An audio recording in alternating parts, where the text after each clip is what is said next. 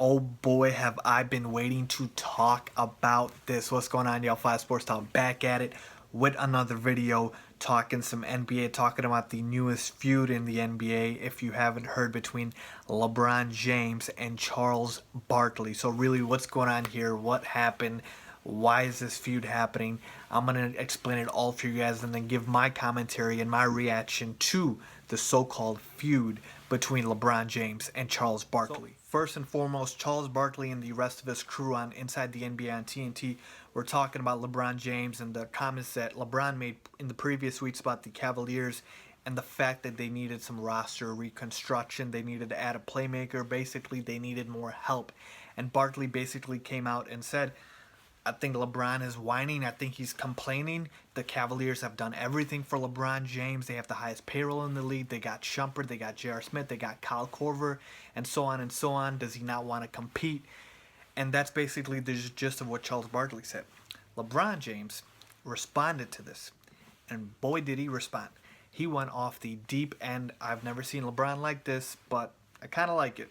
This is basically what LeBron James said. He came back at Charles Barkley and said, you know what, I'm not going to let Charles Barkley, ruin my legacy and question it, and talked about how, he's been a great role model in the NBA for 14 years, never done anything, in terms of making the headlines for the wrong reasons. Charles Barkley, he talked about the fact that he threw somebody out the window. He showed up late to All-Star Weekend after a night of drinking. He talked about his debts in Vegas, and he went on, and really the main point LeBron was trying to make was, he had enough of Charles Barkley talking and ridiculing LeBron James on what he should or should not do.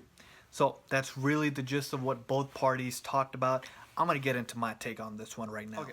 First and foremost, Charles Barkley, and a lot of people have made this argument, his job is to be on TV and talk about basketball, to commentate about basketball. That's perfectly fine. Say whatever you want, but you cannot expect that whatever you're saying to not have any consequences. And Charles Barkley was okay in his comments until he opened that Pandora's box of name calling and those trigger words that he used. And believe me, they were trigger words for LeBron James, no matter how you slice it, because he called him a whiner. Okay? He said he does not want to compete. At this point, you're not just talking about a skill. You're not talking about, oh, LeBron's a bad three-point shooter. That's different. Call him a bad three-point shooter, then back it up with the numbers. You call him a complainer or a whiner or saying he doesn't like to compete, you're questioning a man's heart, and you don't know that. And I'm not trying to say, LeBron doesn't like to compete or he does. I'm just saying you open a Pandora's box as Charles Barkley if you talk about that. And that's exactly what irked LeBron James, and that's exactly why LeBron James said he had had enough, and that's why he went back at Charles Barkley. Now, Charles Barkley did respond back. He was on the Waddle and Sylvie show on ESPN Chicago, and he talked a little bit about, you know what, I'm not a 12-year-old. I'm not going to keep this going. LeBron said what he had to say, and he basically just made peace, which I knew he was going to say, because really he didn't expect that type of reaction for LeBron James, and really there's no winning here. But with that being said, that's really my sort of response to Barkley, is you can't call somebody, if you're not talking about basketball, you can't go to that level, because if you go to that level, then you give the other party the ability to go to that level, and that's really what happened here. One more thing, and I just get so sick and tired of this, because Charles Barkley, and I'm not even talking about the fact that he doesn't have any rings, and I already know Shaq roasted him about that, talking about, he doesn't have anything, he doesn't know anything about going back to back like him, Kenny, and LeBron do. But what irks me about Charles Barkley is really the fact that he beats the same old drum over and over again. And if you guys know Nick Wright from Fox Sports, he made a great comment about this, and that's really where my idea came from, is talked a little bit about how Charles Barkley says these same things over and over again. He talks about how jump shooting teams can never win championships, talks about the fact that, in my generation, it used to be like this, guys didn't used to team up, and LeBron even called that out about how Barkley and Jordan were friends back in '93 when they were going at it in the NBA Finals. It's the same thing over and over again. Charles Barkley does not bring any sort of real analysis to the table, and that's what I don't like.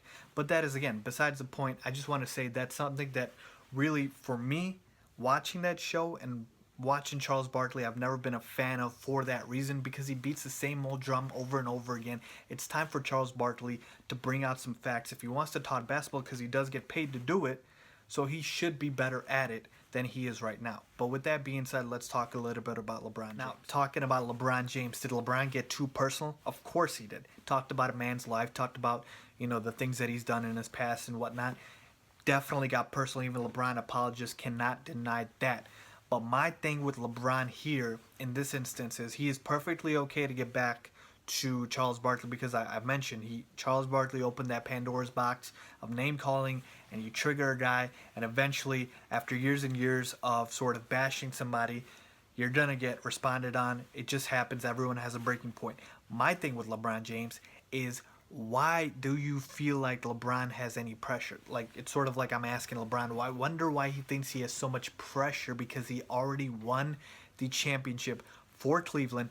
I know what he is thinking. He is thinking, look, the Warriors have Kevin Durant, and it is going to take a super duper caliber type of player on this team right now for me to beat the Warriors. Okay? That's exactly what LeBron's thinking, and he thinks they're probably not going to find one like that.